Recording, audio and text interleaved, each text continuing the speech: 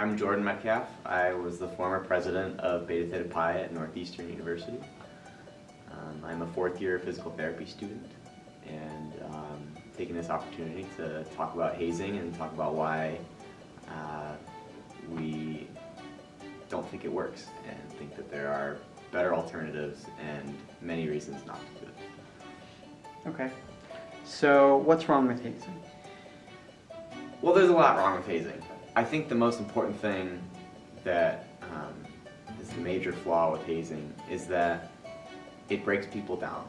It breaks people's spirit. The purpose of it is to break people down and let them experience that with others.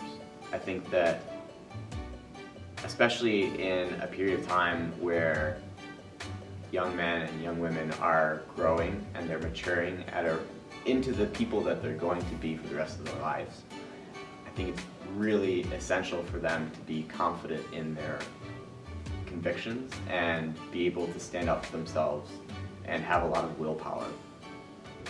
When I was the chapter president of Beta Theta Pi, there's this leadership conference called Chapter President's Leadership Academy, and they basically just prepare you for the coming year and the types of situations you're going to be dealing with.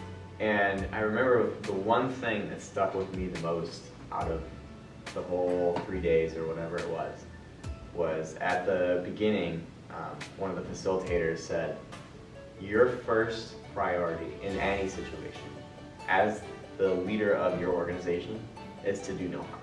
I think people don't have the foresight to understand what could be dangerous to people, like putting people through any kind of like strenuous physical activity.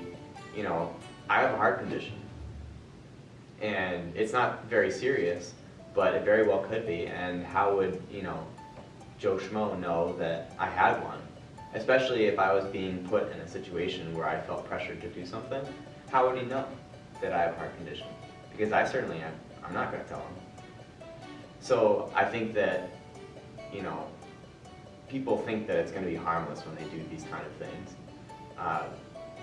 But they're no medical expert, and they haven't built the kind of trustworthy relationship with someone where they can be vulnerable and say, hey, you know what, I can't do this. It's not safe. And that scares me. So why do people think hazing works? We're getting to the point where it's not as much of a surprise as it once was, and I think it's becoming so common, and I'm baffled, but I also can understand why people think that way. I think people, especially in fraternities, think that hazing is a way for brothers to bond, a way for men to bond together, and they think that by, making their pledge class or making their new members, regardless of the organization, drink lots of alcohol or go on a dangerous scavenger hunt or hurt each other. They think that that's going to create bonding by communal suffering. And that's just ridiculous. And I just think that there are so many alternatives that work so much better. So if you don't haze, then what does your fraternity do to build brotherhood? So we do a lot of things to build brotherhood, but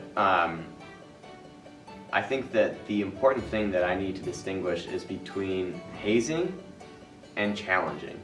I think it's a challenge to ask a new member what he thinks about masculinity and see if I can change his mind. I think that those kind of challenges build people up, and I think that any challenge that is posed to any new member in any organization, you need to support them to meet your expectations. And I think that's a really important thing that that people really need to have the mindset of when they're going through their any kind of initiation process. Some of the things that we do through our fraternity, which is Beta Theta Pi, we have the whole new member period, and during that period there are new member education classes basically, where we talk about the history of the fraternity, and primarily we focus each class on one of our values. And so just for example, we have one night that's on integrity, which is one of our values. A question that I've always posed is, what is a time in your life that you haven't had integrity with your values, that you've lost integrity with your values, or had a strong shift in your values and had to question your integrity? And that's a hard question to answer. It's not, what did you watch on TV last night? It's meant to be a challenging question. It's meant to be hard. And it's meant to convince people to be vulnerable. But the goal of me asking that question is to help people have better self-perception and allow them to carry that self-perception as they go through their college career so that they can grow into someone who can evaluate themselves.